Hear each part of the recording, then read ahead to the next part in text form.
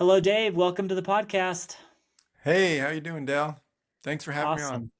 Yeah, thanks for joining us. And thank you for joining from England, where it's pretty late. So, and you're bringing high energy, and I'm just grateful that you were able to take the time with us. Absolutely, yeah, for sure. Cool. So, tell us what you're doing currently and also kind of how you got here. If you could give us a couple minute review of your hmm career and kind of what led you to do what you're currently doing. Yeah, sure. Well, I found that during my career, unintentionally, got involved with a lot of corporate ventures, a lot of intrapreneur type work. I did a lot of my own entrepreneurial type work, but I found myself being pulled into these kind of smaller projects within a bigger company. And every time I did that, I started wanting to create an approach that could maybe not guarantee success, but ensured that we picked up every stone, right? And then we looked underneath everything to try to figure out, what's going wrong and what might help that business really get back on the right track. In some cases, it didn't work. Some cases, it did. And in some cases, as is the case in every business, there's a favorite approach, right? Or there's a trend, or there's politics, there's just people in business and things that influence them. And so I found after I'd been doing that for now, it's been over 20 years.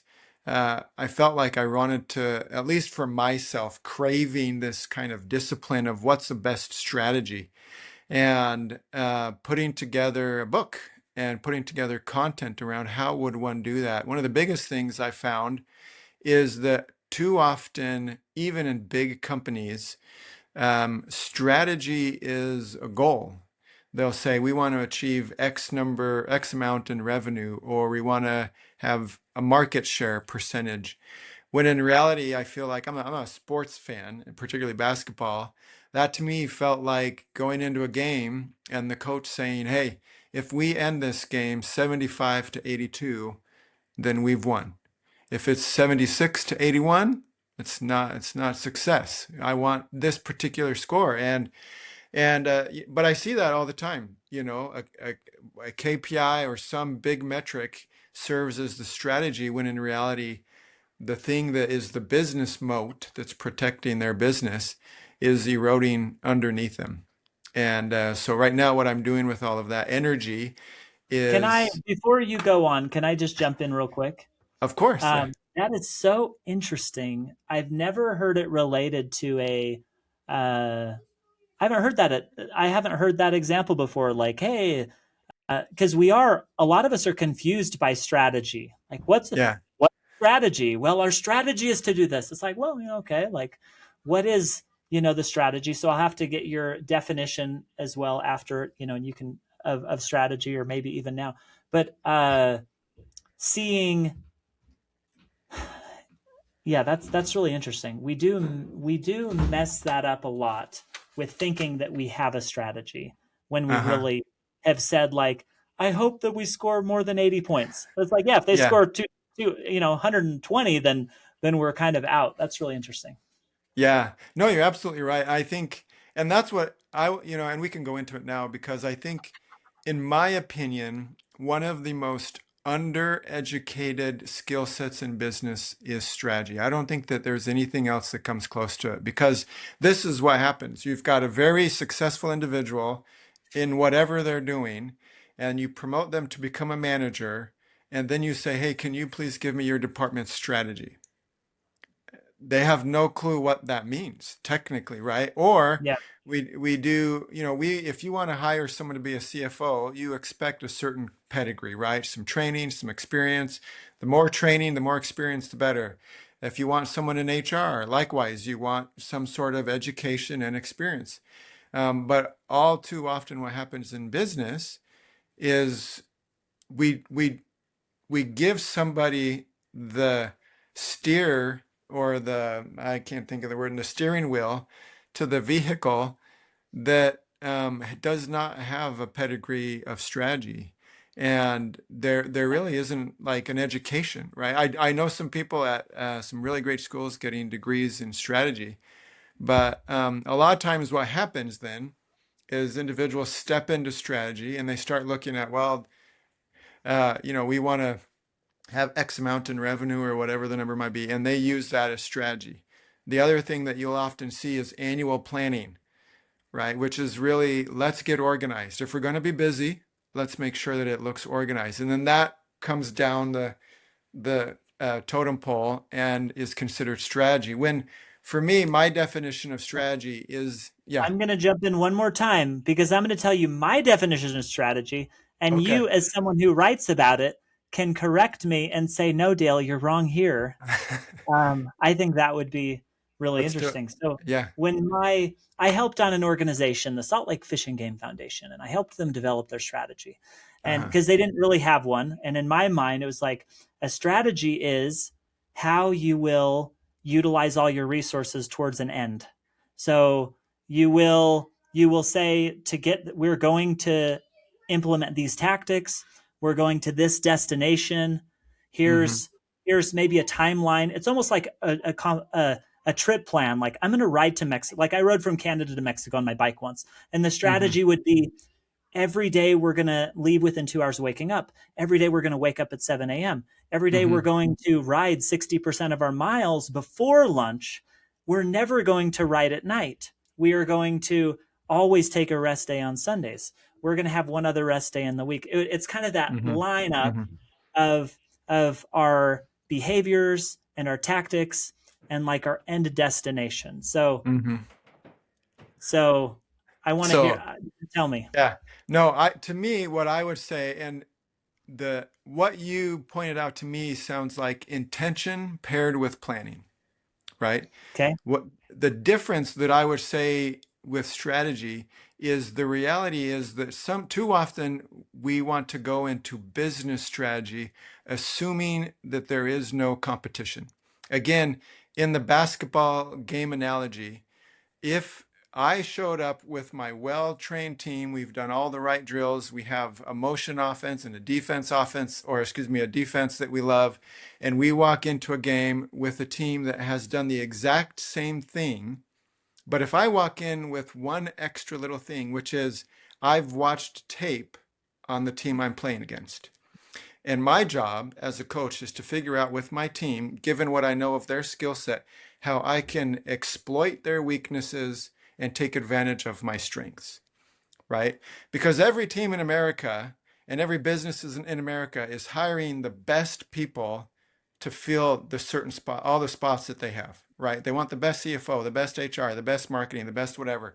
But then what we tend to forget and want to, I guess, avoid maybe is that it's a competition. That's the reality of it. Is it's a competition. So in that analogy of basketball, and maybe you've seen it in other sports, the team that shows up that's done that extra homework beyond just the drills and the skill development, but done the homework to know how to what weaknesses that the other team has and how they can exploit it. I've Mm-hmm. seen teams with lesser skill with good strategy beat highly skilled teams with bad strategy. So when it Yeah. comes to business, for me, what I would call the definition of strategy is identifying what it is that perpetuates people choosing you over somebody else, right? That is what I would call your business moat, right? Warren Buffett is famous for turning that into his investment strategy, and obviously he's been quite successful with it in investing in companies that have economic moats. Um, Classic example, BlackBerry, 2000 whatever, held over 50% of the smartphone market, right? Mm-hmm. iPhone came out and literally the CEO was on a treadmill, saw it and thought, well, that's different. That's unique. Wait, you can get on the internet. And when he talked with this team, it was just kind of a, I don't know that I see it as a threat. People still like to have the tangible impression when they type letters. Nobody's going to like this flat screen thing. Went on TV and said as much. And they went from 50%. So their moat was this: we have corporate customers that all want BlackBerry. I mean, you probably remember it. It was Crackberry because they were so addicted to it. And what What a happened, lame thing to be addicted to. That is pretty crazy that I right? hadn't thought about with phones. We have so much there, And but people were addicted to the blackberries too. That's interesting. Yeah. Yeah, yeah. And what happened with that was the gradual erosion of what they may have considered their moat. That the notion that you're too big to fail, right? You become revenue induced complacency is what I call it, and you just don't have that hunger. Revenue's there, your contracts are there, but then bring your own device started happening. And all these people that weren't in BlackBerry's target market because they weren't considered corporate customers, they were talking to the corporations, not the actual users. And then bring your own device started, and people that were these customers of iPhones started saying, well, if I can bring my own device, I'd actually prefer to bring my iPhone instead of stick with a BlackBerry. Um, and as I mean, we all know how the story ends. Their moat just eroded overnight, and they actually did try to come out with a touch phone like an iPhone, and it was a terrible mess. And so for me, that's what I would consider um, strategy is the identification of what it is that's actually preventing people from switching. So, and then designing a way to fortify it, edify it, or actually to tear it down. And that's what's Mm. crazy with AI. We were talking about AI earlier. AI is just crushing moats. Software development is becoming a commodity, right? And so the barrier to entry in software development is virtually non-existent, right? Hmm. So yeah, that's what I would call strategy. I love it. So tell me again, I forgot one of the words. You said my definition of strategy was intention paired with. Well, I would say what you talked about was intention paired with annual planning, Okay. right? Yeah, and I would say strategy is the And it's identify. lacking. So and my definition is lacking the um you say the identification of preventing people from switching. Uh-huh. It's So yeah. It's essentially identifying what is your moat, right? What makes your yeah. business, your product, or your service really hard to attack? Is it Hmm. that if you're in a B2B, it may be that you have exclusive logistics rights. It may be that there's some sort of legislation or regulation that really helps you out, right? For Tesla in the early days of electric cars, it was the tax incentive that really helped them out, right? That was, you could say, a big competitive advantage for them. So it's Hmm. identifying, and in a lot of ways, it could be the intangible brand, right? It could Yeah. simply just be that the brand is why it's really hard for competitors to compete against you. Yeah, that's interesting.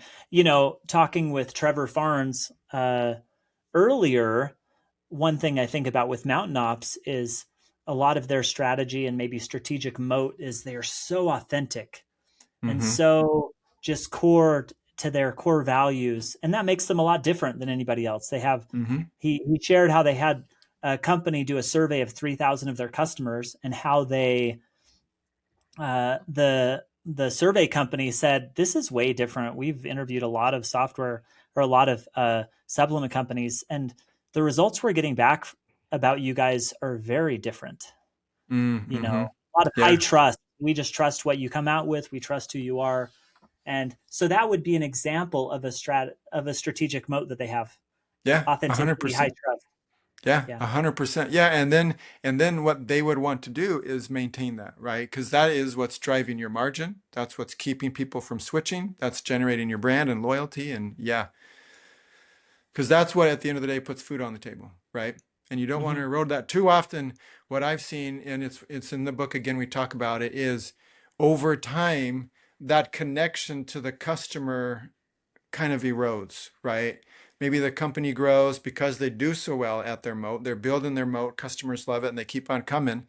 But again, because of either revenue or distance or whatever the case might be, they gradually kind of separate themselves from that proximity, and they're no longer addressing a pain point. They're more passionate about whatever their passionate project is or product. Yeah. Yeah. Okay, so we didn't talk about that, but you're writing a book called Moat Stacking, Correct. Yeah, yeah. Identify and Fortify Your Competitive Advantage. And I actually took us all the way off the to this a little bit, off track a little bit. I want to go back to how you ended up doing what you're doing. So you worked as an entrepreneur at several different companies, Hmm.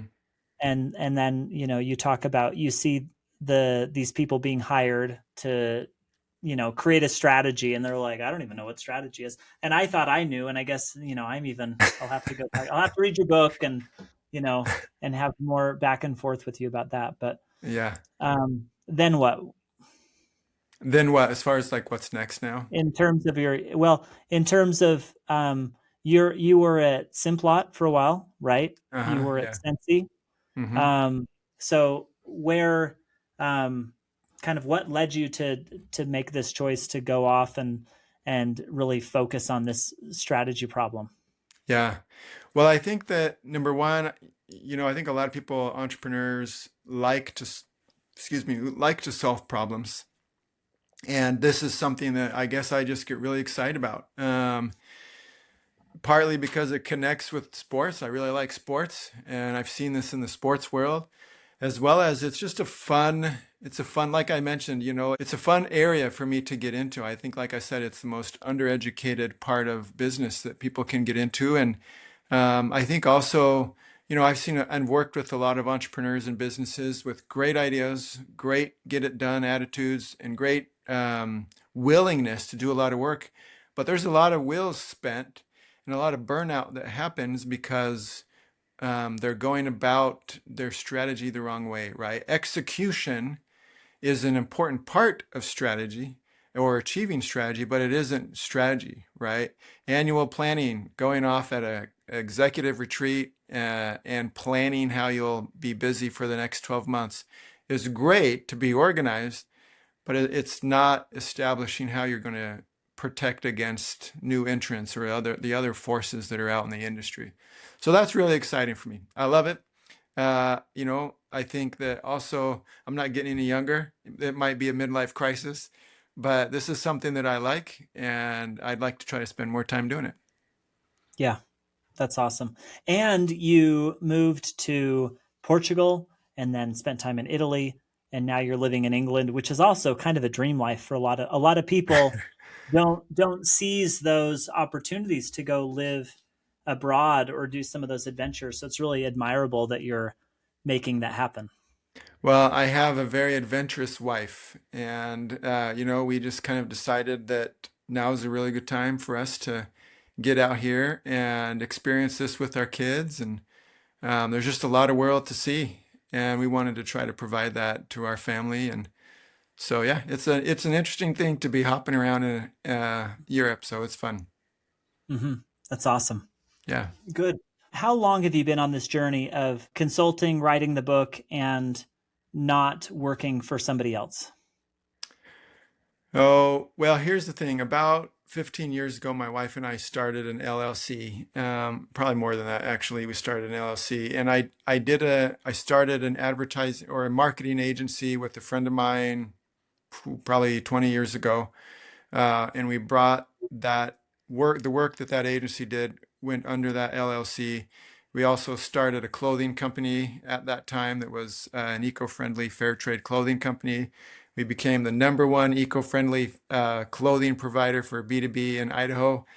And so we've started a couple of different businesses. I also have a few that are going on right now that are AI powered that you and I have talked about. But how long have I been doing just this? Started writing the book. Um, you know, a lot of it I've been writing, quote, in my head over the years, but more diligently the last 9 months, 10 months. Yeah. How do you, as you're doing that and full all in on this, do you have any like daily, weekly, monthly, yearly rituals, habits, routines that you kind of lean on Hmm. to guide you in this?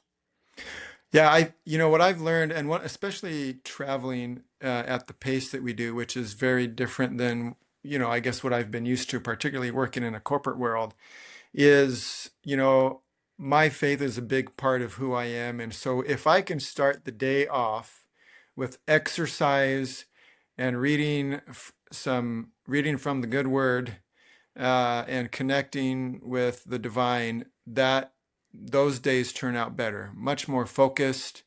I get it done, get it early. Usually try to get up around 6 and then get those things done first thing in the morning, and then try to Hmm. just eat healthy. And I'm also very kind of, I think maybe everybody tries to do this, but I try to wrap stuff up and then get to spend the good part of the evening, afternoon with my kids and my wife and go see, since we are traveling, go find something to go check out. We were actually last week at the castle where Harry Potter was filmed. So we took broomstick flying lessons in the same place that Harry Potter did. There you go. Yeah. So, Did yeah, you pick it up as quick as Harry did? what's that? Did you pick it up as quickly as Harry? Yeah, I'll have to send you a picture. Yeah, there's a picture of me Oh, floating on a broomstick. Yeah. there you go. Okay. Yeah, not quite as you're right though. I guess I didn't take a quick tour around the castle, but no, it was fun. Yeah, just trying to kind of, get out and make sure that the day is filled with stuff that I like professionally, and then we get to go spend time with the people that I like to surround myself with. Yeah, that's really cool. How as you're saying that, I'm like, you probably how good was your work-life balance in your other like in your corporate careers? Yeah. Good or bad? Um, I would say I was very protective of that. Okay. Um, that said, um, I would probably say it was more the environment that to me eventually became kind of life-sucking. And I think one of the reasons I would say I feel compelled to kind of go this way, that I get a lot of energy out of it, is that um, sometimes it's hard in a corporate environment for the best ideas to surface. And I think that, some organizations do a really good job of nailing that. It's just instinctively and inherently in a corporate organization, uh, for that to happen. And so I think as I observed that, I think it became really exciting for me to, as we've talked, just kind of for me to get into that and start talking about, hey, what can we do to win better and be competitive with this? And so it was the environment, I guess, that I would say that really, for me, was just more restrictive. Yeah. Yeah, interesting. I know I've never really had a job, so it's been really hard for me to create the good boundaries around being done for the day. Hmm. It took me, I think, into my 30s, I started. So maybe 10 years ago, I think I got good at it, as long as I don't say that loud enough for my wife to hear. I'm like a total pro, no. But Yeah. it's, I think, and depending on business phase, but Hmm. now I'm in my co-working space and we're like changing a lot of things and having a lot Hmm. moving there. And we got this new space. I'm like, I kind of have to revisit the whole balance. But I just have my kids work in the building actually, so Yeah. we There you we go. workaholics together. Yeah. Um, but that's Well, cool. So and I was just going go to ahead. add, I think that everybody, one thing that it might sound kind of kooky, but I've kind of started working more in energies, right? Like there are some days I'll get up and I'll do all the things that really get me going. But I'm not feeling it. I got 5, 10 things, whatever that I got to do, and I'm just not feeling it. So I might go for another run, or I might go hang out with my kids for an hour or two and then kind of come back. Just recognizing that, there's just some times when it's just not clicking.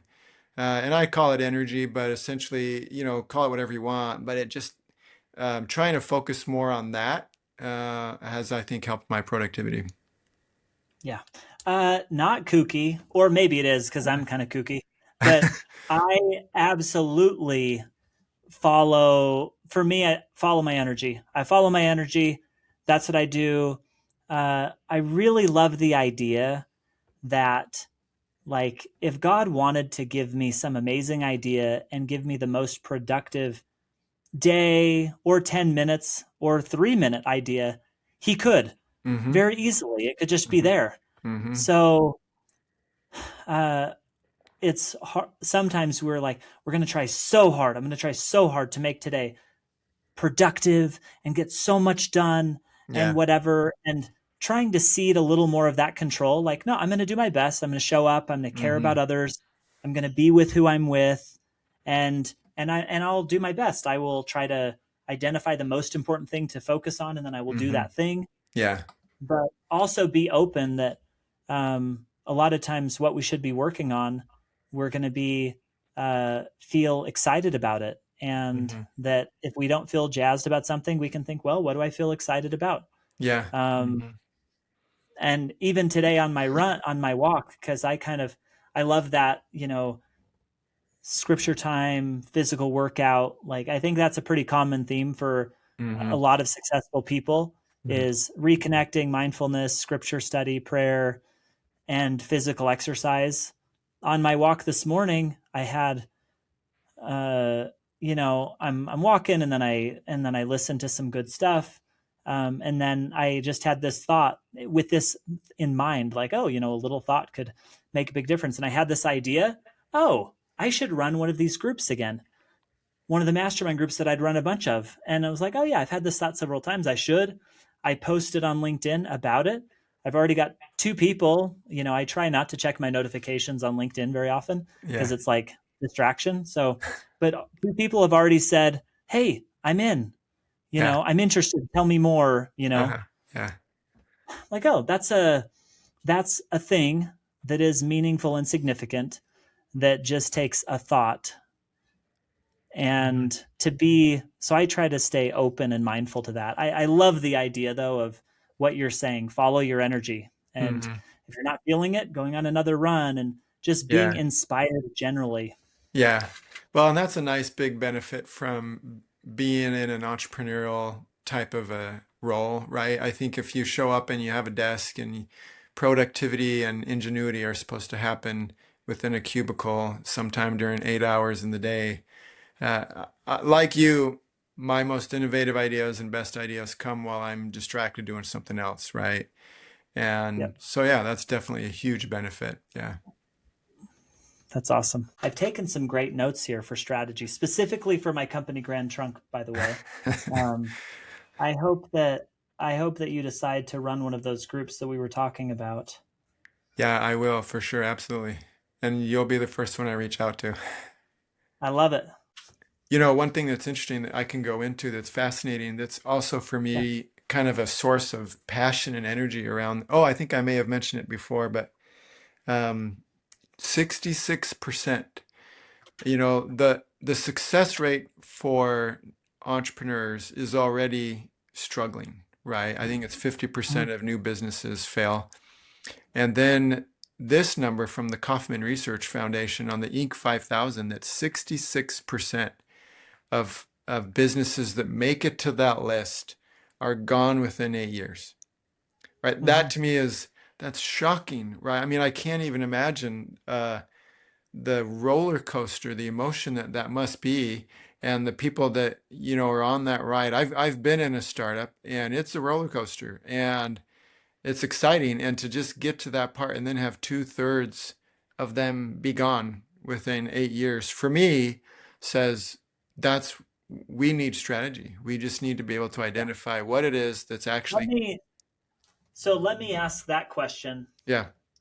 All right. So why you've written your book on strategy? Hmm. You obviously care a lot about it. Yeah. Like, why is this so important to you? Yeah, well, I saw this statistic from the Kauffman Research Institute or Foundation. They did on the Inc. 5000, companies that make the Inc. 5000 list, meaning the fastest 5,000 growing companies in America, within 8 years of making that list are gone. Not smaller, they're gone. They've been either disadvantageously sold, completely just fell apart. They're just gone.